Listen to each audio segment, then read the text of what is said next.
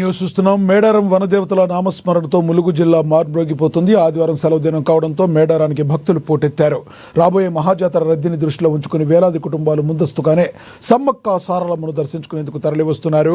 భక్తులు జంపన్నవాగులో పుణ్యస్నానాలు ఆచరించి అమ్మవార్లకు తమ బరువు తూగే బెల్లం అంటే బంగారాన్ని నైవేద్యంగా సమర్పించి మొక్కులు చెల్లించుకుంటున్నారు. భక్తుల తాకిడి పెరిగిపోవడంతో తాడువాయి నుంచి మేడారం వెళ్లే మార్గంలో కిలోమీటర్ల మేర వాహనాలు నిలిచిపోయాయి. ట్రాఫిక్ ఇబ్బందులు కలగకుండా పోలీసులు చర్యలు చేపడుతుండగా ఆర్టీసీ సైతం భక్తుల కోసం ప్రత్యేక బస్సులు నడుపుతుంది.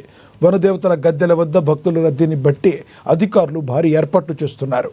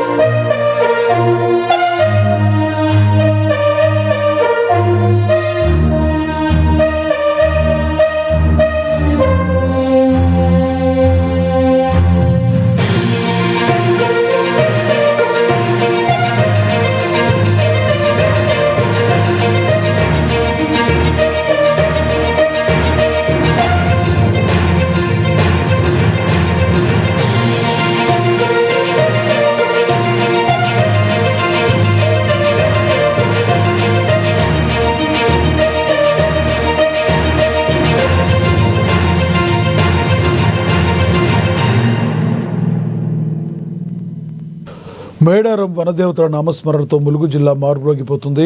ఆదివారం సెలవు దినం కావడంతో మేడారానికి భక్తులు పోటెత్తారు.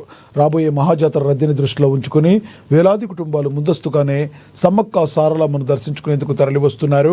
భక్తులు జంపన్నవాగుల పుణ్యస్నానాలు ఆచరించి అమ్మవార్లకు తమ బరువు తూగే బెల్లం అంటే బంగారాన్ని నైవేద్యంగా సమర్పించి తమ మొక్కులు చెల్లించుకుంటున్నారు.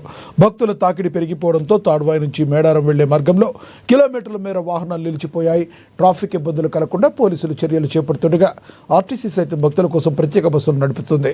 వనదేవతల గద్దెల వద్ద భక్తుల రద్దీని బట్టి అధికారులు భారీ ఏర్పాట్లు చేస్తున్నారు.